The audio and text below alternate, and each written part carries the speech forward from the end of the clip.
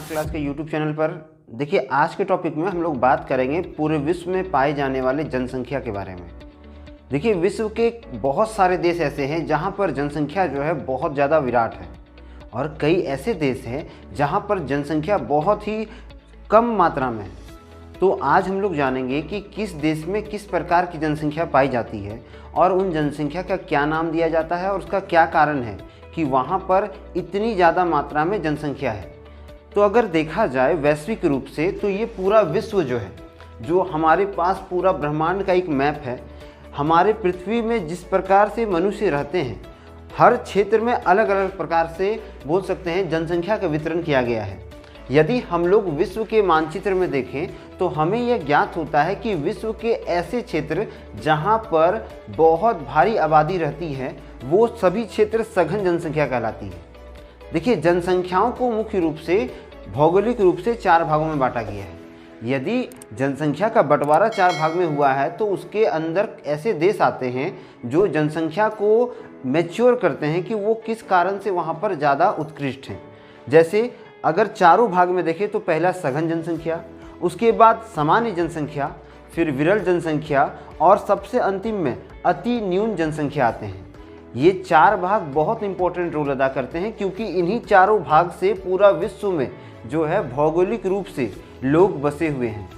देखिए, मनुष्य प्रजाति शुरुआत से ही नदियों के किनारे बसी है, और कई ऐसे क्षेत्र जहाँ पर जल का जो ज़्यादा मात्रा पाया जाता है, जैसे समुद्री क्षेत्र हो गया, इन क्षेत्रों में मनुष्यों ने ज़्यादा विकास किया क्योंकि ये क्षेत्र जो थे ये बाहरी दुनिया से जुड़ने के लिए बहुत ही सक्षम थे। और जिस प्रकार से मनुष्य अपने आंतरिक क्षेत्रों में रह करके विकास किया, जैसे कि कोई ऐसा बस्ती जो नदियों के किनारे बसा, उदाहरण के लिए यदि हम लोग सिंधु सभ्यता को लें तो सिंधु नदी के किनारे ये पूरा जो सभ्यता था वो विकसित हुआ। चीन जो था वो ह्वांगहो नदी के किनारे विकसित हुआ। उसी तरह अधिकांश जितने भी देश हैं, जितने भी तरह के देश हैं, वो सभी विकास के लिए ऐसे क्षेत्रों को चुने जहां पर उन्हें लाभ हो। और मनुष्य प्रजाति एक ऐसी प्रजाति होती है जिसे अपने लाभ के लिए ऐसे स्थानों को चुनना पड़ता है जहां से उनकी जीविका चले, उनका निर्वाहन हो। अब यदि हम लोग पहले जो फॉर्म है जिसमें सघन जनसंख्या आता है उसमें देखें तो इसका मुख्य रूप से 5 प्रकार के देश इसमें शामिल हैं। अब ये 5 प्रकार का जो देश है इसमें देखिए कुछ इस तरह से हम लोग इसका मैपिंग करते हैं। यदि सघन जनसंख्या के क्षेत्रों में जाएं तो हमें यह ज्ञात होता है कि इसमें मुख्य रूप से 5 तरह के देश हैं, जिसमें पूर्वी एशिया, दक्षिणी एशिया, दक्षिण पूर्वी एशिया, उत्तर पश्चिम यूरोप और पूर्वी उत्तरी अमेरिका शामिल है। गौर करने का बात यह है कि इसमें 3 जो देश हैं या 3 जो देशों का ग्रुप है वो टोटल एशिया में बसा हुआ है। तो हम कह सकते हैं कि पूर्वी एशिया, दक्षिणी एशिया और दक्षिण पूर्वी एशिया जो है ये 58% जनसंख्या को संभाली हुई है। अब इसका कारण भी कुछ है। देखिए, 2 अन्य जो है ये उत्तर पश्चिमी यूरोप और पूर्वी उत्तरी अमेरिका, ये 2 यूरोप के क्षेत्र में आते हैं। लेकिन ये 3 जो हैं, अर्थात मैंने जहाँ ब्लू मार्क किया हुआ है, आपको जहाँ जहाँ पर ब्लू मार्क दिख रहा है वो सभी क्षेत्र जो है वो सभी क्षेत्र सघन जनसंख्या के अंदर आता है। मतलब कि यहाँ की जनसंख्या बहुत ज़्यादा विराट है। अब इसका कारण क्या है वो पहले जान लेते हैं। देखिए, ऐसा नहीं है कि हम लोग का जितना भी जैसे भारत हो गया, चाइना हो गया, आपको पता है कि चीन जो है विश्व में सबसे अधिक जनसंख्या वाला देश है। तो इसका कारण क्या है? और भारत में दूसरा नंबर में आता है भारत, तो भारत में सघन जनसंख्या, इसका कारण क्या है? देखिए, माना यह जाता है या आप इसको क्लियरली बोल सकते हैं कि भारत और चाइना, उसके साथ साथ बहुत ऐसे देश जिसमें जापान है, इन सभी देशों का जो भौगोलिक आकृति है ये काफ़ी ज़्यादा अच्छा है, जिसमें भारत और चीन का जो भौगोलिक स्थिति है ये बहुत अच्छा है। यहाँ पर हर प्रकार के मौसम पाए जाते हैं और ये क्षेत्र जो है ये मनुष्य के लिए बहुत ही प्रतिकूल, बहुत ही अच्छा क्षेत्र है। क्योंकि एक मनुष्य को, एक आप जनरल सा चीज़ सोचिए कि एक मनुष्य को जिस प्रकार का भोजन चाहिए, जिस प्रकार का जलवायु चाहिए और जिस प्रकार का उसे पोषण चाहिए, वो सभी चीज़ भारत तथा चाइना दोनों में मिल जाता है। अन्य क्षेत्रों में जाएंगे तो वहाँ भी मिलेगा, लेकिन उतनी मात्रा में नहीं है। हमारे देश में हर प्रकार की ऋतुएं हैं, हमारे देश में हर प्रकार की कृषि पद्धति का विकास हुआ है, साथ ही साथ हमारे देश में कई सारी नदियों का जाल है। ऐसे तो माना जाता है कि विश्व के सभी देशों में नदियों का जाल है, लेकिन भारत और चाइना के पास जो भौगोलिक संपदा है ये अन्य देशों के पास नहीं है। भारत और चाइना में आप देख सकते हैं कि गर्मी, बरसात, शीत और बसंत जैसे मौसम का आना जाना लगा रहता है। यहाँ पर जो मानसून होता है ये समय पर, लगभग समय पर ही आता है। हाँ, ये होता है कि मानसून का जो बोल सकते हैं एक रवैया है वो बहुत विकराल हो जाता है, क्योंकि हम लोगों ने प्रकृति को छेड़ा है। तो यहाँ पर जो मौसमों का जो ये है पूरा जो लेखा जोखा है वो अन्य देशों से ज़्यादा अच्छा है। इसलिए यहाँ पर जनसंख्या भी ज़्यादा अच्छा होता है, क्योंकि भारत जो है एक कृषि प्रधान देश है। उसी तरह चाइना भी एक प्रकार का बोल सकते हैं कृषि प्रधान देश रह चुका है, और दोनों देशों का जो विकास है वो लगभग एक जैसा है। दोनों देशों की भौगोलिक स्थिति भी लगभग एक जैसी है। हाँ, अब उन लोगों का जो चेहरा है वो चूहा जैसा है, हम लोग एक इंसान का जैसा है, वो अलग बात है। लेकिन चाइना का जो सिचुएशन है और भारत की जो भौगोलिक स्थिति है ये लगभग जो है एक दूसरे के बराबर ही है। आप देख सकते हैं कि चाइनीज जितने भी क्षेत्र आते हैं और भारत के जितने भी क्षेत्र, जिसमें पहले जो आज़ादी से पहले पाकिस्तान था वो भी क्षेत्र जो है, फिर श्रीलंका है, ये सभी क्षेत्र जो है, जापान, इंडोनेशिया, ये सभी क्षेत्र जो है भौगोलिक रूप से बहुत ही मजबूत हैं और यहाँ पर लगभग हर प्रकार की खेती होती है। अब हम लोग ये जानते हैं कि पांचों रूप में या पांचों भाग में जिसमें हम लोगों ने बंटवारा किया है सघन जनसंख्या के क्षेत्रों को, उसके देशों को, उसमें कौन कौन आते हैं। यदि पूर्वी एशिया में देखें, अर्थात इन क्षेत्रों में देखें, इन क्षेत्रों में, ये क्षेत्र नहीं, ये दक्षिणी एशिया है, ये पूर्वी एशिया में देखें, देखिए ये यूराल पर्वत है और यूराल पर्वत का इस और यूरोप है, इस और पूरा एशिया है। तो अगर इस क्षेत्र में जाएं, ये क्षेत्र जो पूर्वी एशिया है, ध्यान से देखिएगा मैप को, तो पूर्वी क्षेत्र में जो क्षेत्र है या जो देश आते हैं उसमें से मुख्य है चाइना, फिर जापान, साउथ कोरिया और हांगकांग। ऐसे देश जो हैं वो पूर्वी क्षेत्र में बोल सकते हैं सघन जनसंख्या को कंज्यूम करती है। मतलब यहाँ पर सघन जनसंख्या बहुत अधिक मात्रा में है, क्योंकि मैंने अभी पहले बताया कि यहाँ की भौगोलिक स्थिति अच्छी है और यहाँ पर लोग जो है आराम से कृषि कर सकते हैं। अन्य क्षेत्रों में ऐसा नहीं है। अच्छा, एक चीज़ गौर करिए, हमारे देश में एक और चाइना में भी एक ये सिमिलरिटी है कि दोनों जो है जनसंख्या की दृष्टि में थोड़े आगे पीछे हैं, लेकिन ऐसा माना जाता है कि सन 2050 तक भारत की जनसंख्या जो होगी वो चाइना से आगे निकल जाएगी। अब इसका कारण क्या है? इसका कारण यह है कि हमारे देश में एक फैमिली बैकग्राउंड का जो पूरा बोल सकते हैं क्षेत्र होता है वो बहुत गलत तरीका का है। चाइना के पास जब ज़्यादा जनसंख्या बढ़ने लगा और उसने देखा कि इससे उसकी आर्थिक स्थिति नष्ट हो रही है, तबाह हो रही है, तो उसने क्या किया, सबसे पहले जनसंख्या नीति को लागू किया और इसके तहत उसने यह घोषणा कर दी कि जितने भी दंपति है, माँ बाप जो हैं, वो एक ही बच्चे को जन्म दे सकते हैं और उससे ज़्यादा वो नहीं रख सकते हैं, और उसके ऊपर बहुत सारे प्रतिबंध लगाए गए। लेकिन भारत में ऐसा कोई कानून नहीं है और ऐसे कानून नहीं होने के कारण ही आज भारत में हर चीज़ का दाम जो है महंगा हो रहा है। हम लोग सरकार को कोसते हैं कि इस चीज़ का मूल्य बढ़ गया, कभी इस चीज़ का मूल्य बढ़ गया। तो जितनी ज़्यादा मात्रा में मांग बढ़ेगा उतनी ज़्यादा मात्रा में उस चीज़ का प्राइस भी बढ़ता है। तो इसीलिए जनसंख्या को कंट्रोल करना हमारी पहली जिम्मेदारी है। हर व्यक्ति, हर समुदाय को ये सोचना चाहिए कि अपने घर में यदि एक क्रिकेट टीम खड़ा करेंगे तो इससे उन पर बोझ बढ़ेगा। इसीलिए ज़रूरत है कि हमें अपने जनसंख्या को कम से कम रखने का और उसे विकास करने का मौका देने का।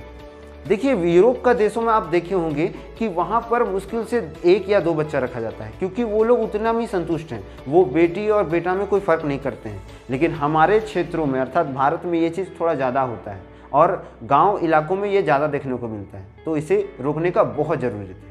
अब हम लोग आते हैं टॉपिक में।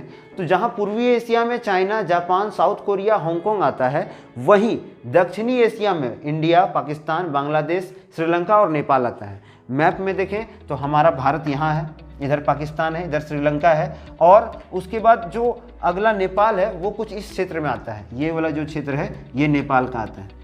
तो ये सभी क्षेत्र जो है, ये सभी जो है सघन जनसंख्या के क्षेत्र हैं और ये किस क्षेत्र में आता है? दक्षिणी एशिया के क्षेत्र में। तीसरा जो है दक्षिण पूर्व एशिया।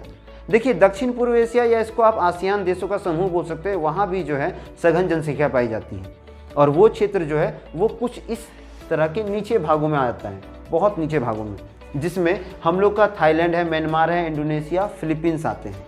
देखिए ये छोटे छोटे देश हैं लेकिन इनका बहुत बड़ा रोल होता है, क्योंकि अधिकांश देखा गया है कि चाइना के साथ जिन जिन देशों का टकराव हुआ है उसमें आसियान भी शामिल है और उसके अगल बगल के देश भी शामिल है। तो इस सब देश का बहुत इंपॉर्टेंट रोल होता है। और ये 3 वर्ग के जो देश है, जिसमें पूर्वी एशिया, दक्षिणी एशिया और दक्षिण पूर्व एशिया आता है, यह विश्व की 58% आबादी को रखती है। इतनी इनकी ताकत है कि ये 58% आबादी को रखती है। बाकी जो है वो आते हैं हम लोग यूरोप की तरफ, मतलब इस और अब आते हैं ये। और इसमें अगर जाएं तो उत्तरी पश्चिमी यूरोप में ब्रिटेन है, आयरलैंड है, जर्मनी है, France, Italy, Belgium, Denmark, Netherland और स्पेन। ये सभी देश जो हैं, ये सभी देश सघन जनसंख्या के क्षेत्र में आते हैं, अर्थात इन क्षेत्रों में सघन जनसंख्या पाई जाती है। फिर से मैं बता दे रहा हूँ कि उत्तरी पश्चिमी यूरोप में Britain, Ireland, Germany, France, Italy, Belgium, उसके बाद डेनमार्क, नेदरलैंड और स्पेन जो है वो शामिल हैं। उसी प्रकार यदि पूर्वी उत्तरी अमेरिका में जाएं, अर्थात इस क्षेत्र में जाएं, तो देखिए आपको पता होगा कि उत्तरी अमेरिका 2 रूप में बटा हुआ है, जहां एक और कनाडा का है और दूसरा और बोल सकते हैं आप अमेरिका का है। तो ये क्षेत्र जो है ये भी पूरी तरह से बटा हुआ है। अगर गौर करें तो यहाँ उत्तरी पूर्वी यूएसए यानी उत्तरी पूर्वी अमेरिका और दक्षिणी पूर्वी कनाडा जो है वो सघन जनसंख्या का क्षेत्र में आता है। देखिए ये जो बॉर्डर लाइन मैंने दिया है ये कनाडा का है, और कनाडा का कुछ भाग और बोल सकते हैं उत्तरी अमेरिका का कुछ भाग जो है ये सघन जनसंख्या के क्षेत्र में आते हैं। यदि हम लोग दूसरी ओर जाएं, यानी दूसरे तरह का जो जनसंख्या का क्षेत्र है उसमें आता है हमारा सामान्य जनसंख्या।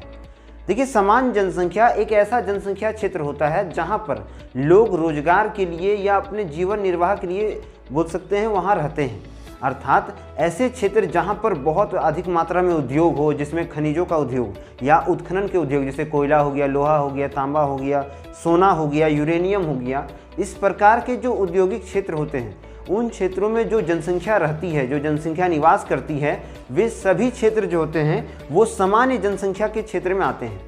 अब एक बात यहाँ क्लियर कर देता हूँ कि सघन जनसंख्या वैसे क्षेत्रों में रहने वाले लोग हैं जो खेती बाड़ी ज़्यादा करते हैं। वहाँ भी टेक्नोलॉजी और उद्योग हैं लेकिन वो थोड़े कम मात्रा में है। आप बोलिएगा भैया चीन में तो पूरा टेक्नोलॉजी भरा हुआ है भरा हुआ, लेकिन उसके एक छोर में आप देख सकते हैं मैप में कि इस छोर में बस वो जनसंख्या फैली है जो सघन जनसंख्या के रूप में आती है। बाकी सामान्य जनसंख्या में क्या होता है, सामान्य जनसंख्या एक ऐसी जनसंख्या होती है जो उद्योगों और बोल सकते हैं कारखानों तथा उत्खनन जैसे खनिजों पर निर्भर करती है, अर्थात जहाँ पर बहुत भारी मात्रा में खनन प्रक्रिया होती है, बहुत अधिक मात्रा में बोल सकते हैं कि कोयला, लोहा, टीन, तांबा, यूरेनियम, सोना, इन सभी चीज़ों का उत्खनन होता है, उन क्षेत्रों में सामान्य जनसंख्या पाई जाती है। अब हम लोग जानते हैं सामान्य जनसंख्या एक्चुअली है क्या। देखिए यदि सामान्य जनसंख्या में देखें तो खनिजों का विदोहन करने वाले क्षेत्र, उदाहरण के लिए चिली जो देश है वहाँ पर चुकाड और कामरा नामक स्थान पर विश्व में सबसे अधिक मात्रा में तांबा का उत्खनन होता है। फिर से बता दे रहा हूँ, चिली जो देश है उसमें चुकाड और कामरा में तांबा का सबसे अधिक उत्खनन होता है, और इन क्षेत्रों में जो जनसंख्या है वो सामान्य जनसंख्या का अंतर्गत आता है, क्योंकि यहाँ लोग जो है वो निर्वाहन के लिए रहते हैं, अपना जीवन यापन के लिए रहते हैं, अपनी जीविका के लिए रहते हैं। वहाँ कोई व्यक्ति तांबा नहीं खाता है, वहाँ से पैसे कमाता है और उन पैसों से वो सघन जनसंख्या वाले क्षेत्रों से अनाज को प्राप्त करता है। अब देखिए दूसरा जैसे है कनाडा। कनाडा में एक यूरेनियम शहर है जहाँ से बहुत अधिक मात्रा में यूरेनियम का उत्खनन होता है। आपको पता है कि यूरेनियम बहुत ही बहुमूल्य एक खनिज है और यह विश्व में बोल सकते हैं पूरे ब्रह्मांड में अर्थात पृथ्वी में लगभग 10% ही पाया जाता है। अगला जो है ये पश्चिमी ऑस्ट्रेलिया है जहाँ पर सोने की खुदाई बहुत अधिक मात्रा में होती है। तो पश्चिमी ऑस्ट्रेलिया का जो क्षेत्र है वो सोने के लिए या सोने के उत्खनन के लिए ज़्यादा है। उसी तरह भारत का भी कुछ क्षेत्र है जहाँ भारत के साथ साथ चाइना में भी बहुत ऐसे क्षेत्र हैं, अंदरूनी क्षेत्र जो अंदर वाले भाग हैं, अर्थात जो सघन जनसंख्या के क्षेत्र से थोड़े ऊपर आते हैं, उन क्षेत्रों में भी आप देख सकते हैं बहुत ज़्यादा मात्रा में खनन प्रक्रियाएं होती हैं, बहुत ज़्यादा मात्रा में उद्योग है, खनन होता है, कोयला निकाला जाता है, लोहा निकाला जाता है, यूरेनियम जैसे बहुत तत्व, बहुत खनिज, बहुमूल्य संपदाएँ निकाली जाती है। तो भारत और चाइना के भी ऊपरी क्षेत्र में भी क्या होता है कि आप बोल सकते हैं कि सामान्य जनसंख्या का क्षेत्र पाया जाता है। जैसे हम लोग लोहा का खनन कहाँ से करते हैं, जमशेदपुर से करते हैं, कोयला का धनबाद से करते हैं। तो ये सब क्षेत्र क्या है, ये सब क्षेत्र बोल सकते हैं कि सामान्य जनसंख्या का क्षेत्र है, जहाँ पर लोग जीविका के लिए रहते हैं, मतलब नौकरी है उनका, या फिर बोल सकते हैं वहाँ से पर्याप्त पैसा मिल रहा है तो इसीलिए वो लोग रहते हैं। अब विश्व में कुछ देश हैं जैसे चिली, ब्राज़ील, पश्चिमी ऑस्ट्रेलिया, ये सब जो है ये सब सामान्य जनसंख्या के अंतर्गत आता है। देखिए उसी प्रकार यदि हम साउथ अफ्रीका के क्षेत्र में जाएं तो साउथ अफ्रीका में मोरक्को, अल्जीरिया, मिस्र, सूडान, नाइजीरिया और साउथ अफ्रीका का जो भाग है वो क्षेत्र जो है वो सामान्य जनसंख्या के अंतर्गत आता है। आप मैप में देख सकते हैं जिसमें मैंने कुछ लिस्टिंग किया है, जैसे इथोपिया है, केनिया है, तंजानिया, जाम्बिया, मालविया, सूडान, ये और साउथ अफ्रीका का ये जो भाग है, यहाँ पर सामान्य जनसंख्या के लोग रहते हैं। मतलब यहाँ पर जो उत्खनन कार्य है, जो ज़्यादा मात्रा में बोल सकते हैं प्रोडक्शन होता है वो ज़्यादा है। इसी कारण इस क्षेत्र में जो जनसंख्या है वो क्या है, समान जनसंख्या है। इसके बाद हम लोग जाते हैं विरल जनसंख्या में। देखिए विरल जनसंख्या एक ऐसा क्षेत्र है जो बोल सकते हैं कि बहुत ज़्यादा मात्रा में ना उपजाऊ है और ना ही ज़्यादा उत्खनन होता है, लेकिन ये क्षेत्र जो है थोड़ा ज़्यादा ठंडा प्रदेश है, मतलब थोड़ा ठंडा प्रदेश है। यहाँ के जो लोग रहते हैं वो बोल सकते हैं कि छिटपुट मात्रा में या फिर बोल सकते हैं कम सघन होता है। जैसे कि आप देख सकते हैं कि मैं यदि लूँ उन क्षेत्रों को, तो ये जितने क्षेत्र हैं जिसमें मैं डॉट डॉट दे रहा हूँ, ये सभी जो है ये सभी विरल जनसंख्या के क्षेत्र में आते हैं, क्योंकि इन क्षेत्रों में जो लोग रहते हैं वो उतनी ज़्यादा मात्रा में नहीं रहते हैं। ये क्षेत्रों में रहने वाले लोग जो होते हैं वो अधिकांशतः वे लोग जो होते हैं वो इन क्षेत्रों पर निर्भर करते हैं, या आप बोल सकते हैं कि उनके पास पर्याप्त मात्रा में कृषि नहीं होती है, ना फिर वहाँ पर जीविका का वैसा साधन है, तो वो लोग अधिकतर किन पे डिपेंड करते हैं, सघन जनसंख्या और समान जनसंख्या वाले भौगोलिक क्षेत्रों पर। देखिए विरल जनसंख्या का जो क्षेत्र है, यहाँ पर जो 70% जो क्षेत्र है जहाँ पर लोग रह सकते हैं, उन क्षेत्रों में मात्र 5% ही जनसंख्या निवास करती है, जिसका कारण होता है कि यह क्षेत्र पूरी तरह बोल सकते हैं कि मनुष्य प्रजाति के लिए सक्षम नहीं है। अब इसमें आप कैसा क्षेत्र आता है वो बता देता हूँ। मरुस्थलीय क्षेत्र आता है, बहुत ज़्यादा मात्रा में बोल सकते हैं उच्च तापमान के क्षेत्र आते हैं, और ज़्यादा से ज़्यादा मात्रा में यहाँ पर उत्पादन का या फिर बोल सकते हैं जीवन निर्वाह का कोई साधन ही नहीं है। आप देख सकते हैं कि इन क्षेत्रों में से अफगानिस्तान का जो क्षेत्र है वो बोल सकते हैं सुखाड़ क्षेत्र में आता है, फिर उसके बाद कजाकिस्तान है, मंगोलिया है, फिर इधर ईरान का जो क्षेत्र है, अफ्रीका के कुछ भाग हैं, उसके बाद आप ब्राज़ील के ऊपर का जो क्षेत्र है इन क्षेत्रों में, तथा जो बोल सकते हैं कि अमेरिका का कुछ क्षेत्र आता है जहाँ पर बोल सकते हैं कि विरल जनसंख्या है, अर्थात इन क्षेत्रों में लोगों का जो प्रति व्यक्ति रहने का जो घनत्व है वो बहुत कम है, बहुत ज़्यादा कम। वो इतना कम है क्योंकि इसका मुख्य कारण यह होता है कि यहाँ पर लोगों की जीविका या फिर खेती से जुड़ा कोई भी तरह का संपदा है ही नहीं। अब देखिए एक तरह से यदि माना जाए, अगर सघन जनसंख्या का जो घनत्व होता है वहाँ प्रति किलोमीटर व्यक्ति की संख्या लगभग 500 से 5000 तक होती है। वहीं सामान्य जनसंख्या के क्षेत्र में जाएं तो वहाँ प्रति किलोमीटर व्यक्ति की संख्या 400 से 2000 के बीच में होती है। लेकिन विरल जनसंख्या में ये थोड़ा कम होता है, ये 200 से मुश्किल से 1200 तक जाता है। उसके बाद यदि जाएं हम लोग अति न्यून जनसंख्या, अति न्यून जनसंख्या एक ऐसा क्षेत्र होता है जहाँ पर मनुष्य का रहना लगभग नामुमकिन है, या बोल सकते हैं कि रहते हैं मनुष्य लेकिन वह क्षेत्र जो है बहुत ही ज़्यादा बोल सकते हैं सेंसिटिव होता है। अब वो क्षेत्र कहाँ है? देखिए वो क्षेत्र आता है ये ऊपर वाला जितना हिस्सा दिख रहा है आपको, जिसमें रसिया का बहुत ज़्यादा भाग है, उसके बाद ग्रीनलैंड का कुछ भाग है, फिर इधर यूएसए का अलास्का से ऊपर का जो भाग है, उस क्षेत्रों में बहुत ज़्यादा मात्रा में बोल सकते हैं अति न्यून जनसंख्या निवास करती है। कारण इसका ये है कि ये क्षेत्र बहुत ठंडे क्षेत्र है, बहुत ज़्यादा मात्रा में यहाँ टेम्परेचर लो होता है, जिसके कारण इन क्षेत्रों में रहना लगभग नामुमकिन है। उसी तरह और कुछ क्षेत्र है जिसमें बहुत ज़्यादा मरुस्थलीय क्षेत्र है, जैसे सहारा का रेगिस्तान हो गया या फिर थार रेगिस्तान हो गया। ये सभी क्षेत्र जो है वो अति न्यून जनसंख्या घनत्व वाले क्षेत्र है, इसीलिए इन क्षेत्रों में रहना लगभग मनुष्य के लिए उतना ज़्यादा मुकम्मल नहीं होता है। अतः उन क्षेत्रों को हम अति न्यून जनसंख्या में लाते हैं। विरल जनसंख्या क्या होती है? ये जहाँ पर बोल सकते हैं कि 70% जमीन में मात्र बोल सकते हैं 5% जनसंख्या निवास करती है, वो सभी क्षेत्र किस में आ जाते हैं? विरल जनसंख्या में आ जाते हैं। और वो क्षेत्र जो है वो इस क्षेत्र में आता है। देखिए आप मैप में अफ्रीका का मैप ये हो गया जहाँ पर इन भागों में है, और उसी तरह सामान्य जनसंख्या के क्षेत्र में भी आप जितने भी मैप में देखिएगा सब में आपको सामान्य जनसंख्या और सघन जनसंख्या का जो क्षेत्र है वो अधिकतर क्षेत्र वो अधिकतर क्षेत्र समुद्र के किनारे मिलता है, मतलब जहाँ पर जीविका के साथ साथ लोगों के पास अच्छी खासी मात्रा में खेती बाड़ी का भी बहुत ज़्यादा सुविधा दिया हुआ है।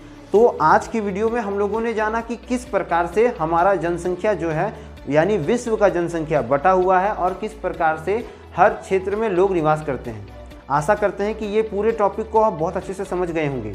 मिलेंगे हम लोग अगले वीडियो में, तब तक के लिए चैनल को लाइक करें, शेयर करें, सब्सक्राइब करें। वंदे मातरम, भारत माता की जय।